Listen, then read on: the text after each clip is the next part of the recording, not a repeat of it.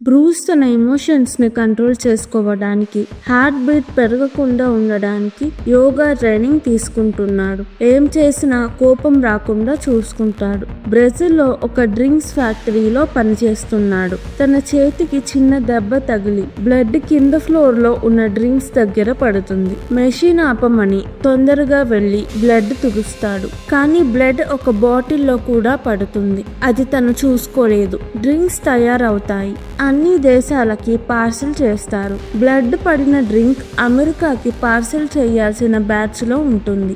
ఇంటికి వెళ్లి తన బ్లడ్ మీద రీసెర్చ్ చేస్తాడు. కానీ రీసెర్చ్ ఫెయిల్ అవుతూనే ఉంటుంది. తన బ్లడ్ శాంపుల్ ని మిస్టర్ బ్లూ కి పార్సల్ చేస్తాడు. బ్రూస్ కి మిలిటరీ సీక్రెట్స్ తెలుసు. చాలా మందిని చంపాడు అని మిలిటరీ బ్రూస్ ని వెతుకుతూ ఉంటారు. అమెరికాలో బ్రూస్ బ్లడ్ పడిన డ్రింక్ తాగిన అతనికి ఆరోగ్యం పాడవుతుంది. మిలిటరీకి డ్రింక్ బ్రెజిల్ నుంచి వచ్చిందని తెలిసి బ్రూస్ ని వెతకడానికి బ్రెజిల్ కి వెళ్తారు. బ్రూస్ తో మిస్టర్ బ్లూ, నీ బ్లడ్ లో రేడియేషన్ తగ్గుతుంది, క్యూర్ అయ్యే ఛాన్స్ ఉంది, కానీ రీసెర్చ్ డేటా కావాలి అంటాడు. మిలిటరీ బ్రూస్ ఇంటికి వస్తారు. మిలిటరీలో ఒక అతను ఎమిల్. బ్రూస్ మిలిటరీ నుంచి పరిగెడతాడు. హార్ట్ బీట్ పెరగకుండా ఉండడానికి ట్రై చేస్తాడు. కానీ హార్ట్ బీట్ పెరుగుతూనే ఉంటుంది. తన కళ్ళు గ్రీన్ గా అవుతాయి. పెద్ద గ్రీన్ మాన్స్టర్ లాగా అయ్యి మిలిటరీని అటాక్ చేస్తాడు. ఆ మాన్స్టర్ హల్క్.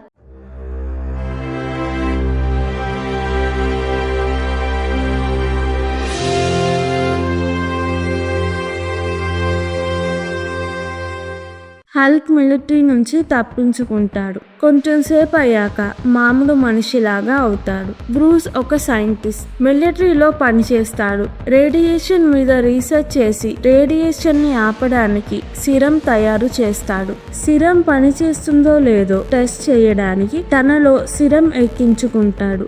సిరం ఫెయిల్ అవుతుంది. అప్పటి నుంచి తనకి కోపం వస్తే హార్ట్ రేట్ పెరిగి గ్రీన్ మాన్స్టర్ అవుతాడు. మిలిటరీ బ్రూస్ ని వెతుకుతూ ఉంటారు. బ్రూస్ యూనివర్సిటీలో తను రీసెర్చ్ చేసిన ల్యాబ్ కి వెళ్లి రీసెర్చ్ డేటా వెతుకుతాడు.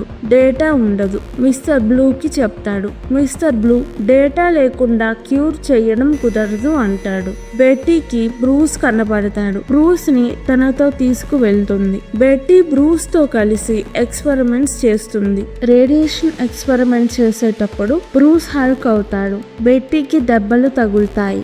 అక్కడి నుంచి బ్రూస్ పారిపోయి బ్రెజిల్లో హైడ్ అవుతాడు. రీసెర్చ్ డేటా బెట్టీ సేఫ్ గా తనతో పెట్టుకుంటుంది. తన దగ్గర డేటా ఉందని ఎవ్వరికీ తెలియదు. మిలిటరీ బ్రూస్ లో ఉన్న మాన్స్టర్ అయ్యే పవర్ ని వెపన్ గా వాడాలి అని చూస్తారు. అందుకే బ్రూస్ కోసం వెతుకుతున్నారు. హల్క్ ని ఓడించడానికి జనరల్ ఎమిల్ కి సూపర్ సోల్జర్ పవర్ ఇస్తాడు. ఎమిల్ మామూలు సోల్జర్స్ కన్నా ఫాస్ట్ గా స్ట్రాంగ్ గా ఉంటాడు. బ్రూస్ బెట్టీ నుంచి డేటా తీసుకుంటాడు. ఒక చోట ఎక్కువసేపు ఉండకూడదని నెక్స్ట్ రోజు బెట్టీ దగ్గర నుంచి వెళ్లిపోతాడు. మిలిటరీ బ్రూస్ ని కనిపెట్టి బ్రూస్ ని చేస్ చేస్తారు. మిలిటరీ జనరల్ బెట్టీ వాళ్ళ నాన్న. బ్రూస్ డేటా ఉన్న పెన్ డ్రైవ్ ని మింగేస్తాడు. హల్క్ అయ్యి మిలిటరీ నుంచి పారిపోతాడు. హల్క్ చాలా బలవంతుడు. కార్ ని ఈజీగా లేపగలడు. గన్ తో షూట్ చేస్తే పెద్దగా దెబ్బేమీ తగలదు. మిలిటరీ పెద్ద వెపన్స్ తో హల్క్ ని పట్టుకోవడానికి ట్రై చేస్తారు. ఎమిల్ హల్క్ దగ్గర ఉంటాడు.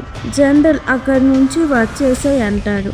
ఎమిల్ వినడు. హల్క్ ఎమిల్ ని కొడతాడు. బెట్టీ హల్క్ దగ్గరికి వెళ్లి బ్రూస్ అని పిలుస్తుంది. హెలికాప్టర్ నుంచి హల్క్ ని షూట్ చేస్తారు. హల్క్ హెలికాప్టర్ ని కూల్చేస్తాడు. మంట వస్తుంది. హల్క్ బెట్టీని మంట నుంచి కాపాడి తనతో తీసుకువెళ్తాడు.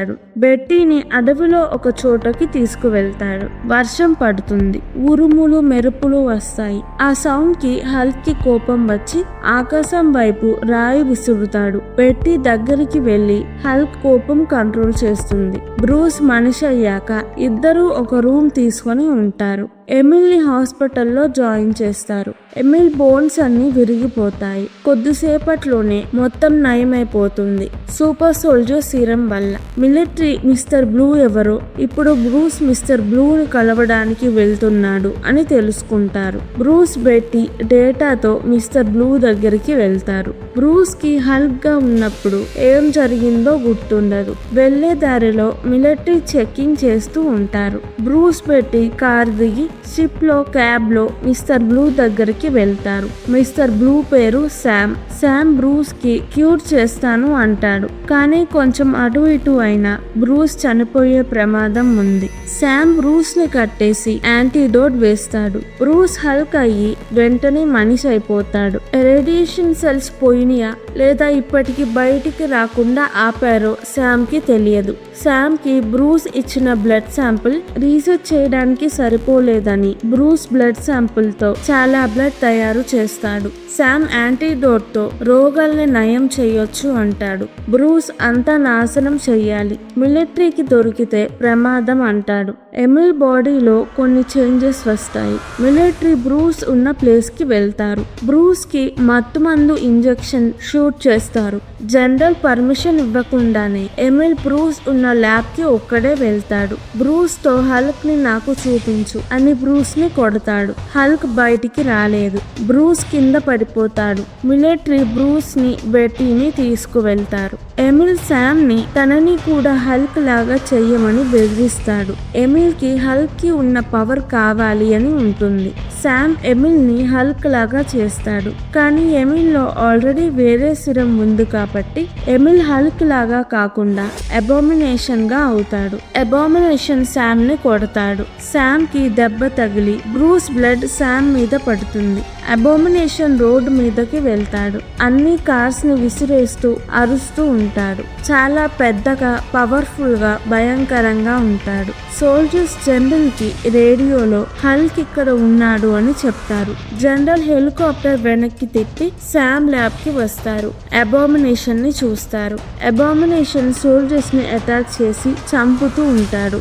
జనరల్ నా వల్లే ఇలా అయింది అని గిల్టీగా ఫీల్ అవుతాడు. బ్రూస్ నేను వెళ్లి అబోమినేషన్ ని ఆపుతాను అంటాడు. బెట్టీ వద్దు, నువ్వు హల్క్ అవుతావో లేదో మనకి తెలియదు, వెళ్ళొద్దు అంటుంది. బ్రూస్ బెట్టీతో సారీ చెప్పి గాలిలో ఎగురుతున్న హెలికాప్టర్ నుంచి కిందకి దూకుతాడు. హల్క్ అవుతాడు. హల్క్ అబోమినేషన్ ఫైట్ చేసుకుంటారు. సోల్జర్స్ హెలికాప్టర్ నుంచి అబోమినేషన్ ని షూట్ చేస్తూ హల్క్ కి హెల్ప్ గా ఉంటారు. అబోమినేషన్ హెలికాప్టర్ ని కూల్ చేస్తాడు. హల్క్ బెట్టీకి ఏమైనా అయిందేమో అని టెన్షన్ పడతాడు. బెట్టీకి కొన్ని చిన్న దెబ్బలు తగులుతాయి. తను బానే ఉంటుంది. కానీ హెలికాప్టర్ కి మంట అంటుకుంటుంది. హల్క్ గట్టిగా చప్పట్లు కొడతాడు. ఆ గాలికి మంట ఆరిపోతుంది. హల్క్ అబోమినేషన్ ని ఓడిస్తాడు. అబోమినేషన్ ని చంపేయబోతుంటే బెట్టీ హల్క్ ని ఆపుతుంది. హల్క్ ని పట్టుకోవడానికి ఇంకో హెలికాప్టర్ వస్తుంది. హల్క్ అక్కడ నుంచి వెళ్లిపోతాడు. బెట్టీ బాధపడుతుంది. బ్రూస్ దూరంగా ఒక చోటకి వెళ్లి హైడింగ్ లో ఉంటాడు.